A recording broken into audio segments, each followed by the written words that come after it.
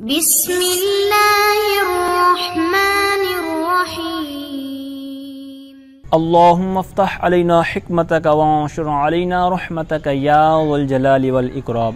تو جی ناظرین، الحمدللہ عز وجل ہدایت النحو کتاب ہماری جاری الساری ہے، اور آج ہمارا سبق نمبر 19 ہوگا۔ فصل المبتدا والخبر، مبتدا اور خبر کے متعلق ہماری جو فصل ہے۔ اب یہ جو فصل ہے کچھ طویل ہے، تو اس کو انشاءاللہ عز و جل 2 پارٹ کے اندر انشاءاللہ کلیئر کریں گے۔ تو اب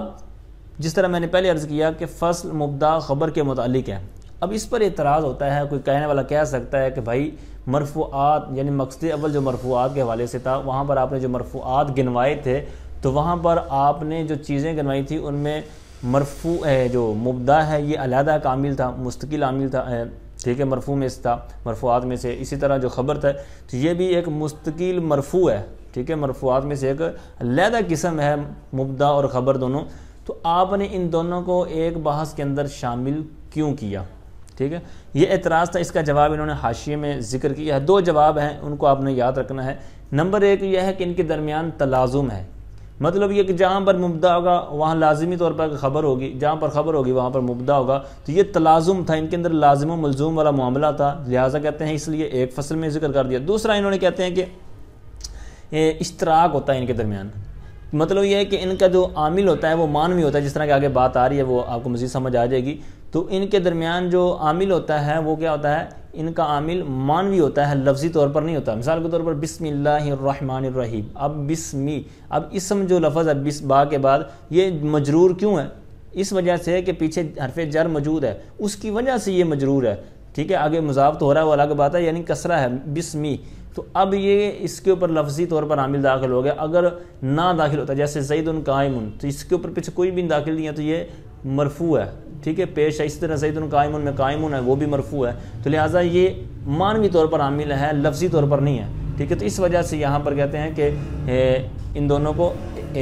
عامل ایک ہونے کی وجہ سے، یعنی عامل مانوی ہے، تو اس وجہ سے ان کو ایک ہی فصل میں ذکر کر دیا۔ اچھا، یہ تھا ابتدائی اس کے اوپر اعتراض۔ آگے بھی کچھ اعتراضات ہیں دیگر، جہاں پر آئیں گے میں عرض کرتا ہوں۔ آگے اس کو شروع کرتے ہیں، کہتے ہیں فصل المبتدا والخبر ہما اسمان مجردان عن العوامل اللفظیۃ احدہما مسند الیہ۔ کہتے ہیں مبتدا اور خبر یہ دونوں ایسے اسم ہیں جو عوامل لفظیہ سے خالی ہوتے ہیں۔ احدہما، ان دونوں میں سے ایک، یعنی یہ 2 اسم ہیں نا، اسمان مجردانی، جو عوامل لفظیہ سے 2 اسم خالی ہیں، ان میں سے ایک کو مسند الیہ کہتے ہیں، ٹھیک ہے۔ اچھا، پھر آگے پڑھیں گے اگلا صفحہ، لیکن یہاں پر کچھ باتیں اپنے ذہن میں رکھنی ہیں۔ یہ کہا کہ دونوں اسم ہوں، یعنی جو کہا نا ہما اسمان مجردانی، کہ 2 اسم عوامل لفظیہ سے خالی ہوں، تو یہاں پر یہ جو اسم خالی ہوں، اسم سے کیا مراد ہے؟ کہتے ہیں خواہ وہ حقیقتاً ہو، جیسے میں نے مثال پہلے پیش کی زید قائم، یہ حقیقتاً اسم ہے، ٹھیک ہے، زید قائم، علیحدہ علیحدہ ان کے اندر اسم کی علامت بھی آپ کو نظر آ رہی ہوگی۔ تو اب یہ حقیقی طور پر تھے، یہ کہتے ہیں خواہ وہ حقیقی طور پر اسم ہو یا حکمی طور پر ہو، یعنی حقیقتاً تو نظر نہ آ رہے ہوں لیکن حکمی طور پر ہوں، جیسے انہوں نے مثال حاشیے میں پیش کی ہے، کہتے ہیں وَأَن تَصُومُوا خَيْرٌ لَكُمْ۔ اب یہاں پر ان تصوموا یہ مبتدا بننا ہے، مبتدا تو بننا ہے، لیکن یہاں پر حکمی طور پر یہ چونکہ اسم ہے، کیونکہ مصدر کے طویل میں ہو جائے گا، جس طرح کہتے ہیں فَإِنَّهُ فِي تَأْوِيلِ صِيَامُكُمْ، صِيَامٌ یہ مصدر ہوتا ہے، تو یہ مصدر کی طویل میں ہو جائے گا، تو لہٰذا اس طرح یہ اصل عبارت بننی تھی صِيَامُكُمْ خَيْرٌ لَكُمْ، صِيَامُكُمْ آپس میں مضاف مضاف ہو کر اس نے مبتدا بن جانا تھا۔ تو یوں یہ حکمی طور پر اسم کی مثال ہے، اور پیچھے جو زید قائم ہے وہ حقیقی طور پر تھی۔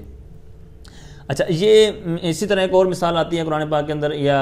ان تصدقوا کا لفظ اگر لگا لیں، وہ ان تصدقوا خیر لکم، تو یہ بھی اسی کی مثال بنے گی، ٹھیک ہے، یہ تصدقکم کی طویل میں ہو جائے گا۔ اچھا، یہ مثالیں تھیں مبتدا کی جو طویل کرنے کے والے سے، یعنی اسم کی۔ اگر خبر کی مثال لینی ہو تو کہتے ہیں اس کی مثال آپ کو مل جائے گی، جیسے آپ لگا لیں زید یضرب، اب زیدن ہے مبتدا، یضرب خبر اس کی بننی ہے، لیکن یہ ضارب کی طویل میں ہو جائے گا، ٹھیک ہے۔ اس طرح یہ خبر کی مثال آپ بنا سکتے ہیں۔ تو اب اوپر آئیے، کہتے ہیں کہ وہ دونوں اسم ہوں، اب اسم کے اوپر آپ نے دونوں باتیں نیچے سماعت کر لی۔ اب آگے لفظ تھا مجردانی، کہ جو عوامل لفظیہ سے خالی ہوں، دونوں عوامل لفظیہ سے خالی ہوں۔ فَإِن قُلْتَ سے خود ہی گویا کہ ایک اعتراض بنا رہے ہیں، اور پھر اسی کا آگے جواب دیں گے۔ جواب میرے خیال میں 2 طرح کا انہوں نے آگے دیا ہے۔ ایک یہ ہے کہ اس نے کہا کہ آپ نے کہا ہے کہ عوامل لفظیہ سے خالی ہوں، اس کا مطلب یہ ہے کہ پہلے کوئی چیز ہو پھر اس کو خالی کیا جائے، حالانکہ آپ اس کا مطلب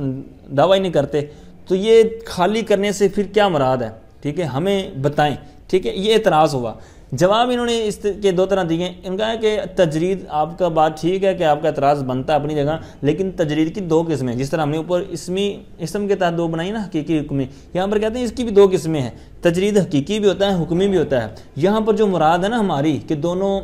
وہ اسم جو عوامل لفظیہ سے خالی ہوں، وہاں پر حکمی طور پر مراد ہے. کہتے ہیں اس پر ہم نظیر بھی پیش کرتے ہیں. کما یقال،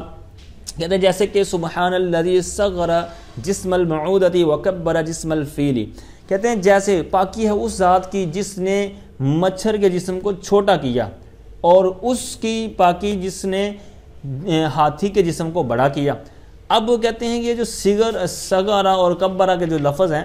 اب حالانکہ چھوٹا کیا مطلب جس نے چھوٹا کیا، مطلب یہ کوئی چیز بڑی تھی اس کو چھوٹی کر دی، یا دوسری مثال لے لیں ہاتھی والی، بڑا ہے مطلب یہ چھوٹا تھا تو اس سے بڑا کر دیا. تو کہتے ہیں حالانکہ ایسی مراد نہیں ہے، لیکن کہتے ہیں یہ حکمی کے تحت آئے گا. پھر دوسرا کہتے ہیں کہ یار جو ہماری یہ تجرید سے مراد، اگر یہ آپ کو جواب سمجھ نہیں آیا، کہتے ہیں کہ پھر دوسرا جواب آپ پکڑیں، دوسرا جواب آپ قبول کریں. وہ کیا ہے؟ کہتے ہیں ہماری یہ تجرید سے مراد یہ ہے کہ عوامل لفظیہ سے خالی ہو. ٹھیک ہے، عوامل لفظیہ سے خالی ہو، تجرید سے ہماری مراد یہ ہے. اب جب یہ جواب دیا نا کہ ہماری مراد اس سے یہ ہے دوسری کہ عوامل لفظیہ سے خالی ہو، پھر انہوں نے ایک جواب اعتراض مزید تھوپ دیا. انہوں نے کہا کہ اگر آپ کی بات یہ ہے تو آپ کی بات آپ کی جو تعریف ہے اس پر صادق نہیں آتی. کس پر؟ جیسے کہتے ہیں بحسبک درہم. اب یہ جو بحسبک درہم، آپ اس کو عامل مانوی مانتے ہیں، حالانکہ اس پر لفظی عامل داخل ہے. کہتے ہیں اس کا جواب یہ ہے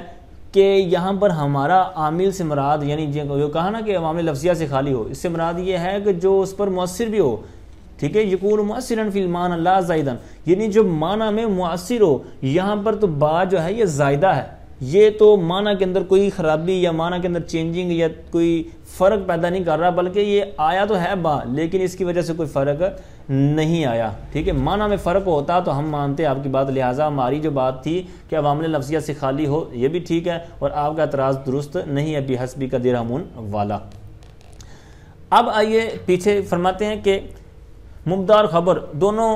ایسے اسم کہ جو عوامل لفظیہ سے خالی ہو، ان میں سے ایک کو مسند الیہ کہتے ہیں. اب آگے ہم کتاب پڑھیں گے اگلے سال، ایک کافیہ نحو کی کتاب ہے. کافیہ بہت لاجواب مشہور کتاب. تو اس کے اندر انہوں نے مبتدا اور خبر کی یہ دونوں قسموں کو علیحدہ یعنی دونوں کی تعریف علیحدہ بیان کی ہے. اور یہاں پر آپ نے جو دیکھا کہ دونوں کو ایک ہی انہوں نے تعریف بیان کی ہے. تو اس کی علیحدہ تعریف بھی ہوتی ہے، جس طرح کہ میں ابھی کافیہ کے حوالے سے عرض کر رہا ہوں. تو اب یہاں پر انہوں نے اکٹھی ہی بیان کی ہے جو آپ نے ملاحظہ کی ہے. تو جو آپ علیحدہ کریں گے تو وہ تقریباً اسی کا ہی مفہوم ہے. ٹھیک ہے، اس کو آپ علیحدہ کر سکتے ہیں. مثال کے طور پر اگر آپ مبتدا کی تعریف کرنا چاہیں تو آپ اپنی طرف سے بنا سکتے ہیں کہ مبتدا وہ اسم ہے جو عامل لفظیہ سے خالی ہو اور مسند ہو، اور خبر کی بنانی ہو تو اسی طرح آپ خبر بھی کی بنا سکتے ہیں کہ خبر وہ اسم ہے جو عامل لفظیہ سے خالی ہو اور مسند بھی ہو. یعنی یہ ساری جو تعریف ہم کر رہے ہیں، یہ جو ہم کتاب پڑھ رہے ہیں، تو اسی میں سے آپ ان کو علیحدہ باقاعدہ بنا سکتے ہیں. ٹھیک ہے، اس کے اندر کوئی اور مسئلہ نہیں ہونا چاہیے. اچھا، یہ جو انہوں نے کہا کہ ان میں سے ایک احدہما مسند الیہ، ان میں سے ایک مسند الیہ ہے. اب اس کا آگے ایک نام بتا رہے ہیں. کہتے ہیں وَيُسَمَّى الْمُبْتَدَأُ، اس کا نام یعنی یہ جو پیچھے مسند الیہ کا ہے، کہتے ہیں اس کا نام مبتدا رکھا جاتا ہے. ٹھیک ہے، یسمى مجہول کا صیغہ. والثانی، اور دوسرا یعنی جو پیچھے ان میں سے احدہما جو تھا نا، دو اسمان میں سے ایک، تو اب دوسرا کہتے ہیں دو اسموں میں سے کہتے ہیں والثانی، دوسرا کہتے ہیں اس کو مسند بھی کہتے ہیں. اور اس کا دوسرا نام کیا رکھا جاتا ہے؟ کہتے ہیں یسمى الخبر، اس کا دوسرا نام خبر رکھا جاتا ہے. جیسے مثال کے طور پر کہتے ہیں زید قائم. اب یہاں پر زید اس کے اوپر لفظی طور پر عامل نہیں ہے، اس طرح قائم اس پر بھی لفظی طور پر عامل نہیں ہے. لہٰذا زید جو ابدا یعنی شروع میں آنے کی وجہ سے، ابدا کی وجہ سے، عامل مانوی کی وجہ سے یہاں پر مرفوع ہے، اس کے اوپر دو پیش ہیں، یہ مرفوع ہے. اسی طرح قائم جو خبر ہے تو یہ بھی عامل مانوی کی وجہ سے. اب پھر ان کے اوپر ایک یعنی کہ اختلاف ہے جو حاشیے کے اندر موجود ہے کہ اس میں جو اختلاف ہے بصریوں کا، بصری کہتے ہیں، بصریوں کا تو نزدیک تو یہی تھا جو ہم نے ابھی پڑھ لیا کہ ان کا عامل جو ہے وہ مانوی ہوتا ہے دونوں کا، اور یہی جو صاحب کتاب ہے مصنف ان کے اندر کہ بھی یہی راجح تھا، تو انہوں نے اس کو ذکر کر دیا۔ بقیہ پھر کوفیوں کا امام قصائی اور فرا وغیرہ ان کا کچھ اختلاف ہے جو کہ ہمارا فی الحال یہاں پر نہیں ہم بیان کریں گے، باقی اگلی انشاءاللہ جب پڑھیں گے تو وہاں پر انشاءاللہ اس کے اوپر ڈیٹیل مزید بیان کی جائے گی۔ تو عامل کیا چیز ہے؟ کہتے ہیں والعامل فیہما معنوی وہو الابتداء، کہتے ہیں ان دونوں میں یعنی مبتدا اور خبر میں عامل معنوی ہے اور وہو الابتداء، اور وہ معنوی عامل ابتداء ہے، ٹھیک ہے، یعنی جس طرح میں نے پہلے اس کی عرض کر دی۔ اچھا اب آگے آئیے، اب یہاں پر انہوں نے حاشیے میں نیچے بیان کی ہے کہ عامل معنوی کی تعریف کیا ہوتی ہے۔ کہتے ہیں ما یدرک بالعقل ولا یتلفظ به، کہتے ہیں جس کو عقل کے ساتھ ادراک کیا جائے، یعنی جس کا ادراک عقل کے ساتھ کیا جائے، جس کو عقل کے ساتھ پہچانا جائے اور اس کا تلفظ نہ کیا جائے، ٹھیک ہے۔ تو یہاں پر یہ جس طرح زید قائم ہونا، تو ہم اس کا تلفظ نہیں کر پا رہے، وہ اس لفظ جو عامل معنوی ہے، تو یہی کہتے ہیں کہ جس کو عقل کے ساتھ پہچانا جائے اور اس کا تلفظ نہ کیا جا سکے۔ آگے آئیے، کہتے ہیں وَأَصْلُ الْمُبْتَدَإِ أَن يَكُونَ مَعْرِفَةً، کہتے ہیں مبتدا میں اصل یہ ہے کہ وہ معرفہ ہو، ٹھیک ہے۔ اب اصل کہنے سے پتہ چلا کہ اصل تو مبتدا میں یہ ہے کہ معرفہ ہو، لیکن اس سے ہٹ کر اگر نکرہ ہو تو اس سے پتہ چلا کہ وہ ہو تب بھی مبتدا بن سکتا ہے، لیکن اس کی پھر 6 صورتیں آگے آ رہی ہیں، وہ انشاءاللہ اگلے اسی سبق میں انشاءاللہ کلیئر کریں گے۔ تو اب یہاں پر جو انہوں نے کہا ہے کہ معرفہ ہو، اس کی 2 انہوں نے نیچے صورتیں بیان کی ہیں کہ معرفہ کیوں ہو۔ اب کہتے ہیں اس لیے کہ جو مبتدا ہوتا ہے یہ محکوم علیہ ہوتا ہے، مبتدا یہ محکوم علیہ ہوتا ہے، یعنی جس پر حکم لگانا ہے، اور محکوم علیہ کا حق یہ ہے کہ وہ پتہ ہو، یعنی جس کے اوپر ہم حکم لگا رہے ہیں ہمیں پتہ ہی نہ ہو تو ہم حکم لگانے کا ہمارا فائدہ کیا ہے؟ تو لہذا جس پر حکم لگانا ہے تو بہتر یہ ہے کہ اس کا معلوم ہو، تو جو معلوم ہوگا پھر ہی حکم لگے گا، کیونکہ مجہول پر حکم نہیں لگتا۔ اسی طرح دوسری کہتے ہیں کہ مبتدا کے لیے بہتر یہ ہے، اصل یہ ہے کہ وہ خبر پر مقدم ہو۔ مقدم کیوں ہو؟ کہتے ہیں جب معنی نہ ہو تو اس پر مقدم کرنا ضروری ہے، بعض کا مقدم نہیں بھی ہوتا، مؤخر بھی ہوتی ہے، اس کی بھی صورتیں ہیں، لیکن کہتے ہیں جب معنی نہ ہو یعنی کوئی رکاوٹ نہ ہو تو پھر کہتے ہیں مبتدا میں ایک اصل یہ ہے کہ وہ خبر پر مقدم ہو۔ اب یہ کیوں ہے؟ کہتے ہیں اس لیے کہ جو مبتدا ہوتا ہے یہ خبر کی طرف نسبت کرتے ہوئے نا یہ ذات ہے، اور جو خبر ہے یہ اس کے احوال میں سے ایک حال ہے، اس کے اوصاف میں سے ایک وصف ہے، ٹھیک ہے۔ اور کہتے ہیں ذات جو ہے یہ صفت پر مقدم ہوتی ہے، تو لہٰذا جب ہم نے اس کو ذات سے تعبیر کیا کہ یہ خبر کی طرف نسبت کرتے ہوئے ایک ذات ہے، تو جو ذات ہوتی ہے یہ صفت پر مقدم ہوتی ہے، ٹھیک ہے۔ تو یہاں پر اور کہتے ہیں وَأَصْلُ الْخَبَرِ أَن يَكُونَ نَكِرَةً، اور خبر میں اصل یہ ہے کہ وہ نکرہ ہو۔ اور اب یہ جو کہا گیا کہ خبر کے لیے اصل یہ ہے کہ وہ نکرہ ہو، تو اب اس کی کیا حکمت ہے؟ اس لیے کی وجہ فرماتے ہیں کہ یہ جو خبر ہوتی ہے یہ محکوم بھی ہی واقع ہوتی ہے، اور محکوم بھی جو ہوتا ہے اس کے اندر یہ صلاحیت ہوتی ہے کہ وہ معرفہ ہو یا نکرہ ہو، یعنی دونوں ہی اس کے اندر صلاحیت ہوتی ہیں، تو اس لیے کہتے ہیں۔ لیکن کہتے ہیں نکرہ ہونا خبر میں یہ اصل ہے، تو جب اصل سے کام چل جائے، یعنی جب اصل نکرہ خبر واقع ہو رہی ہے تو کہتے ہیں بہتر اور اولا یہی ہے کہ اسی کو ہی متعین کیا جائے، لیکن بعض کا اگر خبر معرفہ ہے تو آپ وہاں خبر بنا سکتے ہیں، لیکن چونکہ یہاں پر خبر اگر معرفہ رکھتے تو اس میں پھر صفت سے التباس لازم آنا، کیونکہ 2 معرفہ ہوں، کیونکہ مبتدا کو ہم نے پہلے ہی معرفہ بنا رکھا ہے، اور خبر بھی اگر معرفہ بنا دیں تو چونکہ موصوف صفت بھی معرفہ ہوتے ہیں، ٹھیک ہے، یعنی نکرہ دونوں ہوں یا دونوں معرفہ ہوں، تو دونوں معرفہ ہوں تو مبتدا خبر تو آپ نے بنانا ہی بنانا ہے، لیکن اس میں یہ بھی تو احتمال ہے نا کہ یہ موصوف صفت ہوں، اس لیے انہوں نے کہہ دیا کہ نکرہ سے چونکہ جب نکرہ اولا ہے خبر کے لیے تو لہٰذا اسی سے کام چلایا جائے گا، لیکن جب معرفہ آ جائے تو وہاں پر بھی اس کو گزارا کرنے کے لیے ساتھ لے لیں گے، جیسے خود ہی آگے مثالیں بھی پیش کر رہے ہیں۔ اچھا دوسری انہوں نے اس کی ایک اور اصل بیان کی ہے کہ جس طرح اوپر تھا نا مبتدا مقدم ہونا ضروری ہے، ٹھیک ہے، کیونکہ ذات ہوتی ہے، لیکن یہاں پر کہتے ہیں کہ خبر کے لیے چونکہ یہ صفت ہوتی ہے جس طرح پہلے عرض کر دیا، اور جو مبتدا ہوتا ہے ذات ہوتی ہے، تو بالکل یہاں پر بھی وہی ہے کہ جو صفت ہوتی ہے یہ بعد میں ہوتی ہے، جو ذات ہوتی ہے وہ پہلے ہوتی ہے۔ اچھا پھر آگے انہوں نے بیان کیا کہ جب انہوں نے خود اوپر بیان کیا نا کہ اصل المبتدائی یا اسی طرح اصل الخبری، تو اس سے اشارہ ہو گیا تھا کہ جو مبتدا کے لیے اصل ہونا تو معرفہ ہے، لیکن خبر جو مبتدا ہے یہ نکرہ بھی ہو سکتا ہے، اسی طرح خبر میں اصل یہ ہے کہ وہ نکرہ ہو، لیکن اس میں بھی ہو سکتا ہے کہ خبر جو ہے معرفہ بھی ہو۔ اس کی دونوں یہ مثالیں آگے پیش کر رہے ہیں، کہتے ہیں جیسے نحو فی الدار رجل، اب یہاں پر رجل یہ مبتدا ہے اور مؤخر ہے، ٹھیک ہے، اور اس کو مؤخر کیوں کیا یہ ابھی میں عرض کرتا ہوں، آگے صورتیں آ رہی ہیں اس کی۔ اور خبر کہتے ہیں کبھی معرفہ واقع ہو جاتی ہے، جیسے کہتے ہیں انا زید ٹھیک ہے. اب زیدن جو ہے یہاں پر یہ معرفہ ہے اور خبر واقع ہو رہی ہے, تو لہٰذا جو اوپر ہم نے اصل المبدا اور اصل الخبر کے تحت پڑھا تھا تو اس سے ضمناً ہمیں یہ بھی چیزیں مل گئیں. اور آگے آئیے کہتے ہیں وَالنَّکِرَةُ. اچھا یہاں پر جو آگے عبارت پڑھنے جا رہا ہوں تو یہاں پر ایک ذہن میں سوال ہو سکتا تھا, ذہن میں شبہ آ سکتا تھا. وہ شبہ کیا ہے؟ شبہ یہ ہو سکتا تھا کہ آپ نے کہا ہے کہ جو مبدا ہوتا ہے یہ معرفہ ہوتا ہے, تو ذہن میں سوال یہ آ سکتا تھا کہ کیا ایسی کوئی صورت نہیں ہے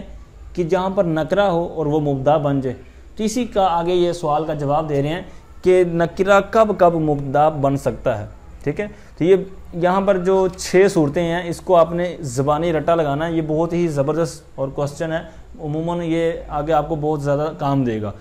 تو ان کی صرف انہوں نے مثالیں ہی بیان کی ہیں. پہلی کی انہوں نے کچھ تعریف کی ہے, بقیہ کی صرف انہوں نے مثالیں بیان کی ہیں, اور ان کی جو تعریفات ہوں گی یا ان کی جو وضاحت ہوگی وہ انہوں نے حاشیے وغیرہ میں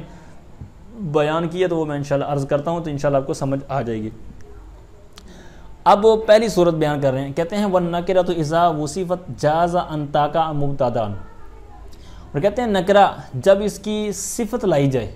تو اس کا مبدا واقع ہونا جائز ہے, یعنی مبدا واقع ہو سکتا ہے. جیسے اللہ تعالیٰ کا کلام یعنی قرآن پاک سے یہ مثال پیش کی ہے, وَلَعَبْدٌ مُؤْمِنٌ خَيْرٌ مِّن مُشْرِكٍ. سورہ بقرہ 221 نمبر یہ آیت ہے. تو یہاں پر جو عبد لفظ ہے, اب عبد یعنی مشرک سے بہتر ہے غلام, یعنی یہ جو عبارت کا مفہوم ہے. تو اب اس آیت کے اندر یہ جو بیان کیا گیا کہ غلام مشرک سے بہتر ہے. اب جب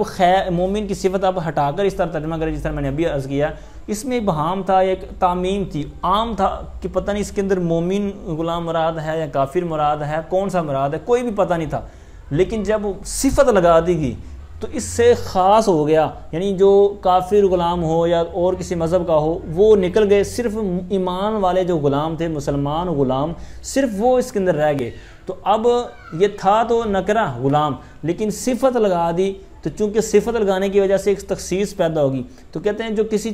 چیز کے قریب ہو جاتی نا, یعنی یہاں پر بھی نکرہ سے تھوڑا سا معرفہ کے قریب ہو گیا نا صفت لگانے کی وجہ سے, تو جو کسی کے قریب ہوتا ہے تو اس کو حکم بھی اسی طرح کا لگا دیا جاتا ہے. تو لہٰذا یہ نکرہ سے معرفہ کی طرف تھوڑا سا قریب ہوا تو لہٰذا اس کے اوپر حکم لگا دیا گیا معرفہ کا. تو معرفہ کا حکم کیا ہم نے پیچھے پڑھا کہ یعنی مبدا کے اندر اثر یہ ہے کہ معرفہ ہو, تو چونکہ یہاں پر بھی یہ نکرہ معرفہ کی طرف مائل ہو گیا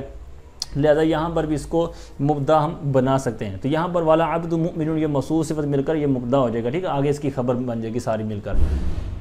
اچھا اب یہاں پر یہ جو انہوں نے صفت بیان پہلی صورت بیان کی ہے, اس کی انہوں نے نیچے بھی کچھ وضاحت کی ہے کہ اس میں کیسا ہو گیا. تو ایک تو یہ کہ کہتے ہیں جو میں نے ابھی عرض کیا کہ اس کے اندر اشتراک جو تھا وہ کم ہو گیا. ٹھیک ہے, قلت اشتراک ہو گیا, یعنی پہلے مشترک تھا غلام کافر کو بھی دیگر چیزوں کو بھی, لیکن صرف مومن کی قید لگانے سے سب چیزیں نکل گئیں اور یہ مسلمان جو رہ گیا غلام. اچھا اب یہ جو کہا نا کہ نکرہ کی جب صفت لائی جائے تو کہتے ہیں صفت خواہ مفرد کے ساتھ لائیں یا جملے کے ساتھ لائیں یا مصغرہ, یعنی جیسے آگے لفظ آپ دیکھ رہے ہوں گے رجال قائد, چھوٹا آدمی کھڑا ہے. اب یہ جو اس رجال لفظ ہے یہ ہے مصغر تصغیر کا صیغہ ہے, یہ آگے انشاءاللہ سبق آئے گا وہاں پر اس کی ڈیٹیل ہوگی رجال کی یعنی تصغیر کی.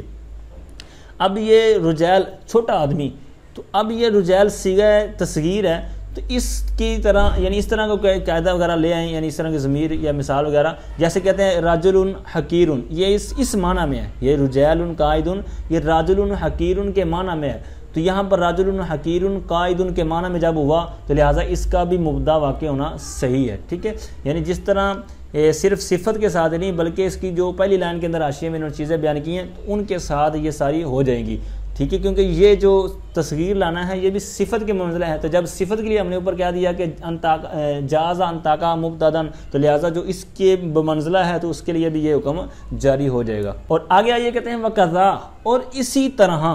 کس طرح بھائی, کہتے ہیں جس طرح پیچھے, یعنی یہاں پر یہ زا جس میں اشارہ نا یہ پیچھے جا رہا ہے, یعنی جس طرح یہ آپ نے پیچھے پڑھا نا کہ نکرہ کے جب صفت لائی جائے تو مبدا واقع ہونا صحیح ہے. کہتے ہیں اسی طرح جب اذا تخصصت بوجہ آخر نحو رجل فی الدار ام امرأۃ, کہتے ہیں اسی طرح جب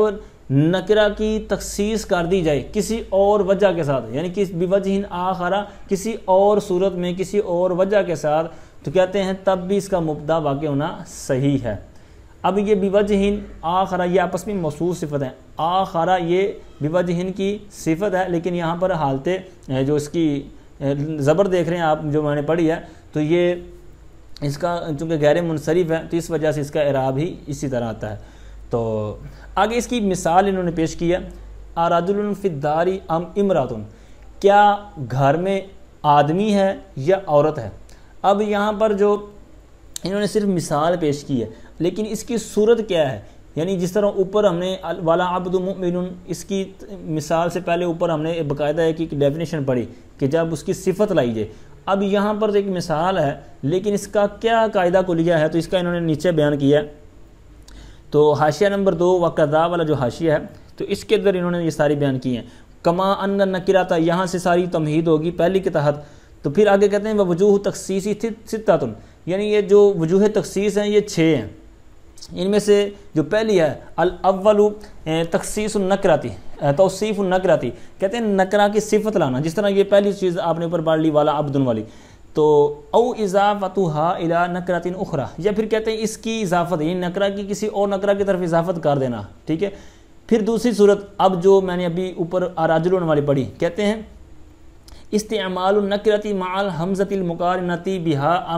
المتصلہ، کہتے ہیں نکرہ کا اس حمزہ کے ساتھ استعمال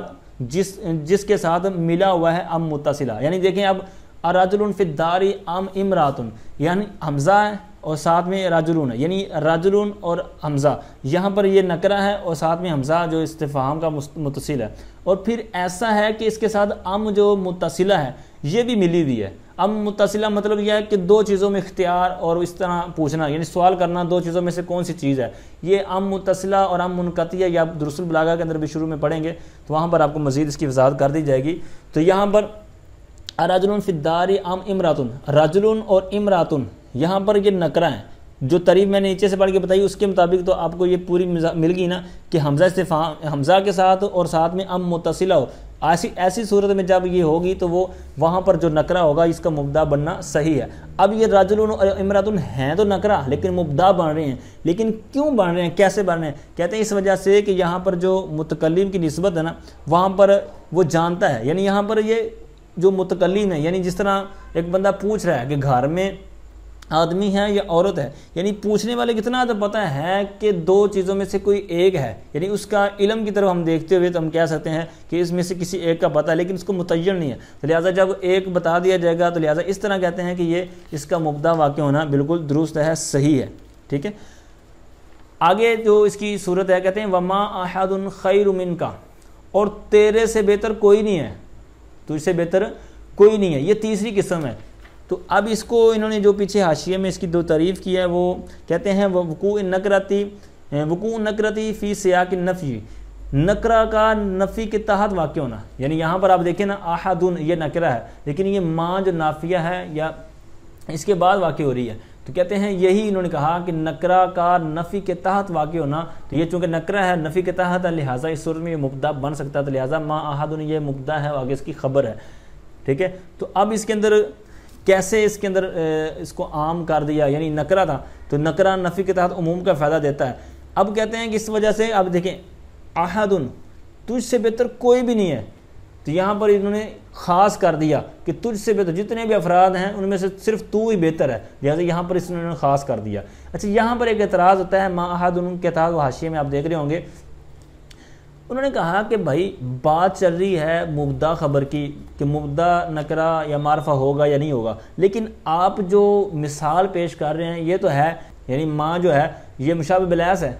لہٰذا آپ کو مثال تو وہ دینی چاہیے تھی کہ جو مبدا خبر کی ہو، لیکن آپ دے رہے ہیں کون سی کہ ما اولا مشابہ بالاس کی، تو لہٰذا یہ درست نہیں ہے کیونکہ ماں ہو جائے گا ما مشابہ بالاس، لیکن جو احدون ہے یہ تو اس کا اسم ہو جائے گا، ٹھیک ہے، تو لہٰذا یہ اسم ہوا نہ کہ مبدا، یعنی اس طرح کا جب اعتراض ہوا تو انہوں نے اس کا جواب دیا کہ یہ جو مثال ہے یہ بنو تمیم جو قبیلہ ہے تو ان کے نزدیک ہے، اور وہ جو ہیں لا یؤملون ما اولا، اور وہ کہتے ہیں وہ ما اولا کو عمل نہیں دیتے، تو لہٰذا یہاں ہمارا مبدا بنانا احد ان کو صحیح ہے، یہ ما اولا مشابہ بالاس نہیں ہے۔ اور آگے آئیے کہتے ہیں وَشَرٌ أَحَرَّ ذَا نَابٍ، شر نے کتے کو بھونکایا۔ اب یہ جو عبارت ہے نا اس کے اندر کافی علیحدہ ہے اور اس کے اندر کافی ڈیٹیل ہے، جو آپ بڑی کتاب یعنی کافیہ جامع وغیرہ میں پڑھیں گے تو اس کے اندر اس کے آپ نے 2 صورتیں کم از کم یاد رکھنی ہیں کہ یہاں پر یہ نکرہ جو ہے شرٌ یہ مبدا کیسے واقع ہو رہا ہے۔ ایک تو انہوں نے حاشیے میں یہ بیان کیا کہ اس کی جو صفت محذوف ہے، یعنی شرٌ عظیم احر ذا نابن، یعنی کسی بڑے شر نے کتے کو بھونکایا، تو لہٰذا جس طرح پہلی والا عبد مؤمن والی صورت تھی کہ صفت لگانے کی وجہ سے نکرہ صفت مبدا بن سکتا تھا، لہٰذا شرٌ عظیم جب اس کا نکال لیا تو لہٰذا اسی صورت کے ساتھ یعنی جو پہلی صورت تھی اس کے مطابق یہاں پر اس کا مبدا واقع ہونا بالکل درست ہو جائے گا صفت ماننے کی وجہ سے۔ دوسری اس کی صورت یہ ہے کہ یہ جو شرٌ احر ذا نابن یہ اصل میں تھا احر شرٌ ذا نابن، احرہ کے اندر جو ضمیر تھی ضمیر فاعل وہ مبدل منہ اور شرٌ ہو جائے گا بدل، یہ مبدل منہ بدل بن کے یہ چونکہ حکمی طور پر فاعل ہی بن جائے گا، تو اب اس فاعل کو حکمی فاعل کو شروع میں لے آئے شرٌ احر ذا نابن کر دیا، تو اس کو پہلے لانے کی وجہ سے یعنی چونکہ قاعدہ ہے جو کہ تقدیم ما حقہ تاخیر یفید الحصر، یعنی جس کا حق بعد میں تھا اس کو مقدم کر دینا، اس چیز کو مقدم کر دینا جس کا حق بعد میں ہے، تو لہٰذا وہ فائدہ دیتا ہے حصر کا یا اختصاص کا، یعنی خاص کر دیتا ہے، اس میں اندر حصر پیدا کر دیتا ہے۔ تو یہاں پر جس طرح میں نے پہلے عرض کیا کہ یہ مبدل منہ بدل سے بن کر فاعل تھا لیکن اس کو کر دیا مقدم، تو یہ فاعل حکمی جب مقدم ہوا تو لہٰذا یہاں پر پھر کیا ہوا کہ اس کے اندر ایک حصر پیدا ہوگی، اس کے اندر اختصاص پیدا ہو گیا، تو لہٰذا یہاں پر اس کو مبدا بنانا بالکل درست ہے۔ ٹھیک ہے، بقیہ ڈیٹیل انشاءاللہ آپ کو بڑی کتاب کے اندر جب ہم پڑھیں گے یا پڑھیں گے تو آپ کو مل جائے گی۔ آگے 5ویں صورت وفی الدار رجل، یہ تو بہت آسان ہے اور یہ کثرت کے ساتھ استعمال بھی ہوتا ہے، آپ نے 12 اس کی ابھی تک مثالیں دیکھ بھی لی ہوں گی۔ تو کہتے ہیں جار مجرور جب خبر جار مجرور ہو اور مبدا نکرہ ہو تو اس کو مقدم کر دیں، یعنی مبدا کو آپ بعد میں لیں خبر کو مقدم کر دیں، تو اس طرح بھی یہ نکرہ کا مبدا واقع ہونا بالکل درست ہے۔ اور وسلام علیکم علیکہ کہتے ہیں اور تم پر سلامتی ہو، اب یہ جو سلام من ہے یہ نکرہ ہے لیکن یہ مبدا واقع ہو رہا ہے، اس کی کیوں اور کیا وجہ ہے، اس کی وجہ بھی انہوں نے حاشیے میں بیان کی ہے۔ اب یہ اصل میں یعنی یہ جو تخصیص ہے نا یہ بالاضافت الی المتکلم، یعنی یہ جو اضافت متکلم کی طرف جو خاص کی گئی نا تو اس وجہ سے اس کی یہ جو خصوصیت پیدا ہوگی، اس کے اندر خاصیت پیدا ہوگی، یعنی اصل میں عبارت یوں تھی سلمت سلاما علیکہ، اب یہاں پر جو سلامن ہے تو یہ چونکہ پیچھے کا مفعول مطلق واقع ہو رہا ہے تو فعل کو حذف کر دیا گیا، فعل فاعل کو سلمت کو حذف کر دیا، سلامن علیکہ ہو گیا۔ اب جب یہ عبارت بنی تو اب یہاں پر جو سلامن منصوب تھا اس کو بنایا سلامن، یعنی جس طرح آپ اوپر متن میں دیکھ رہے ہوں گے سلامن علیکہ، تو یہ سلامن سے سلامن کیوں بنایا، تو یہ اس لیے بنایا کہ اس کے اندر ہم نے چونکہ آپ نے بھی دیکھا ہوگا، آپ نے پڑھا بھی ہوگا بہار شریعت کے اندر بھی لکھی ہوئی تعریف، مسلمان کو سلام کرنے کی نیت کیا ہونی چاہیے، تو اس کا مفہوم یہ ہے کہ یوں کہنا چاہیے، دل میں نیت یہ ہونی چاہیے کہ میں اس کو سلام جو کر رہا ہوں، سلام کرنے سے پہلے کیا نیت کرے کہ اس کا مال جان عزت آبرو مجھ پر حرام، ٹھیک ہے اس طرح۔ اور اس کے علاوہ جو یہاں پر مقصود ہے ہماری کہ دوام، یعنی السلام علیکم جو میں بولتا ہوں یا السلام علیکم بولتا ہوں یا السلام علیکہ بولتا ہوں، تو اس کا مطلب میرا یہ ہوتا ہے کہ یار یہ میرا دوست جو ہے، میرا بھائی جو ہے یا میری سسٹر جو ہے، یہ جو بھی ہے، یہ ان کے اوپر لگاتار اللہ تعالیٰ کی سلامتی برستی رہے، اللہ تعالیٰ کی رحمت چھما چھم برستی رہے، یعنی اس طرح کی سلامتی والی دعا ہوتی ہے اور ہمیشہ ہمیشہ والی ہوتی ہے۔ تو یہاں پر آپ نے اگر نہیں اس طرف توجہ گئی تو آپ کو جانی چاہیے کہ جملہ فعلیہ ہو اور پھر اس کو اسمیہ بنا دیا جائے تو یہ فائدہ دیتا ہے استمرار کا، دوام کا، یعنی وہ ہمیشگی کے معنی میں ہو جاتا ہے۔ تو لہٰذا یہاں پر سلم تو جملہ فعلیہ تھا، اس کو ہم نے بنا دیا جملہ اسمیہ، دیکھا جس طرح آپ اوپر دیکھ رہے ہیں سلم تو سلام علیکہ کو ہم نے پہلے سلم تو کو گرایا پھر سلامن سے سلامن کیا، تو لہٰذا یہ جملہ اسمیہ جب بنا تو یہ اسی مقصد کے لیے کہتے ہیں، کس مقصد ہے، لقصد الدلالۃ علی الدوام والاستمرار، یہاں پر دوام اور استمرار پر دلالت کرنے کے لیے، ٹھیک ہے، اس وجہ سے یہاں پر اس کو چینجنگ کی، لہٰذا ان میں یہ معنی حاصل ہوا اور یہ جو فائدہ حاصل ہوا۔ اب یہ جو پیچھے والا صفحہ تھا تو اس کے اندر بھی انہوں نے اس کا بیان کیا، 5ویں صورت وہی تھی نا تقدم الظرف علی النکرہ، یعنی ظرف کو نکرہ پر مقدم کر دینا، یعنی فی الدار رجل والی مثال۔ 6ٹھی صورت ہے اسناد النکرۃ الی المتکلم، نکرہ کی اسناد کرنا متکلم کی طرف، یعنی سلام علیکہ والی صورت، ٹھیک ہے۔ اسی طرح یہ عدول والی بھی پیچھے انہوں نے 4تھی کے تحت بیان کی، وقوع نکرۃ فی الجملۃ التی عدلت من الفعلیۃ الی الاسمیہ، تو یہ ساری صورتیں یہاں پر انہوں نے حاشیے کے اندر بیان کی ہیں، اوپر صرف مثالیں تھیں، تو میں نے کچھ نہ کچھ آپ کے سامنے عرض کرنے کی کوشش کی ہے۔ اللہ تعالیٰ سے دعا ہے کہ جو کچھ یہاں پر سنا سیکھا اس کو صحیح طور پر سمجھ کر آگے پھیلانے کی توفیق عطا فرمائے، آمین بجاہ نبی الامین صلی اللہ علیہ وآلہ وسلم۔